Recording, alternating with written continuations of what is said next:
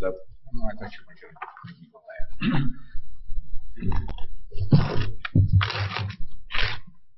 That's the Chicago Tribune. Every time you think you got a plan, they switch it around. Having said that, I'm a former Chicago Tribune newsboy, so I told Bruce the other day, I think what they're doing in the paper is terrific. I've been reading it for years, but they're doing a great job. Well, it's nice to be here, Mort. It's nice for you to stay this morning. And thank you very much for your support of transportation in general at the university. And I wish you the best, as long as it's not Illinois. We have an ongoing thing between you, but he's just really, I'll brag about Mort for just a second, take my time. He had big shoes to fill with Henry Beenan, and he came with a great reputation, and he's exceeded all expectations. And students love him, the alumni love him, the athletes love him, but most importantly, his board of directors loves him. So thank you. We hope you stay for many, many years. And thank you for your support.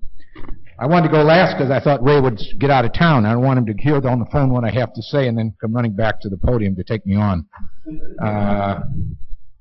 High-speed rail. Well, first of all, I've been around transportation for almost 30-some years. I've been involved with Congressman Schuster, his father, and with Congressman Oberstar. And Bill, we built an airport. No one said we should build an airport, and Denver came to us with a project, and through their help, Republicans and Democrats, we did build an airport. We spent well north of $500 million to build a brand new airport in Denver, and it's working. So anybody that says I'm not willing to take a risk on, and I put my reputation on the line and theirs on the line, and we did it. And it worked. And it worked because, number one, we closed off the other airport. Number two, we had the demand. And number three, it met expectations, and Mayor Pena and then Secretary Pena was able to pull it together and get a project to come in on time, relatively on budget, with demand from passengers and with private airport support from individuals, and with the passenger facility charge, which Bill says he helped pass. Thank you, Bill. I think it has been studied when it comes to high-speed rail. I've been to Europe. I've looked at it. I know those countries pretty well and how it works. It was an interesting idea. It's been studied, and the verdict is in. Quote my favorite broadcaster on the Sox game, it's over. It's over not because it shouldn't have been studied. It just doesn't work with all the other priorities we have today. Our government's priorities and interests and demands have changed. And with that, we have to be smart and sensible on how we make those investments.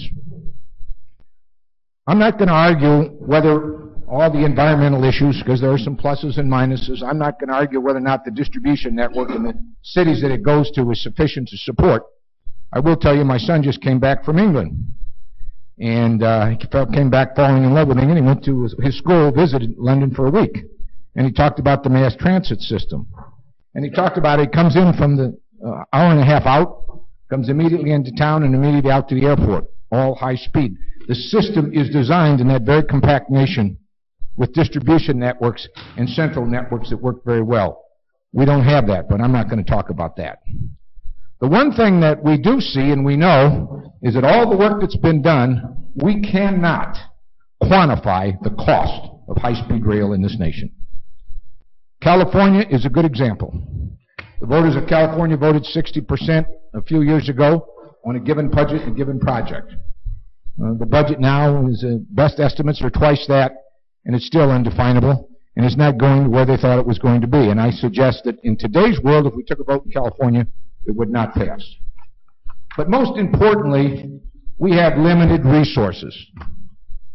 We no longer have a bank that has no cap on our withdrawals. Trillion-dollar deficits we can't afford. We've got to wake up and make some sense in the investments that we make.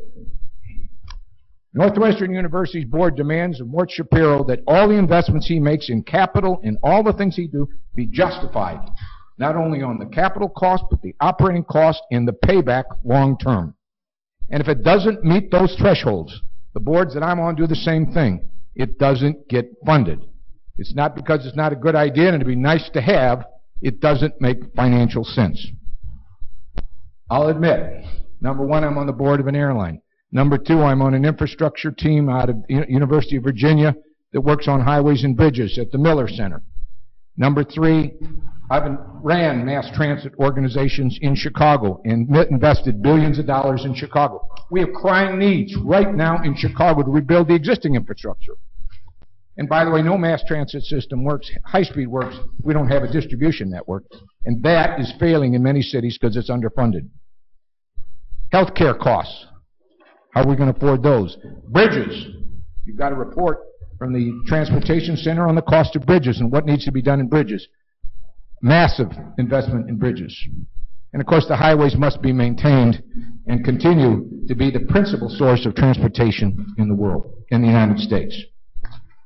And finally, there is no reasonable optimism that can be we have that private sector will come in and invest long-term at side by side with high-speed rail without massive guarantees of operating deficit funding for an extended period of time.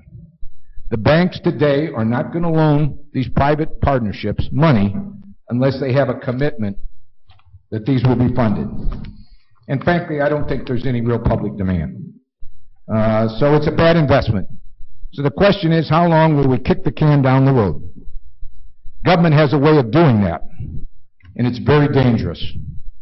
Several of us have worked on a project out in Nevada, the waste depository in Nevada.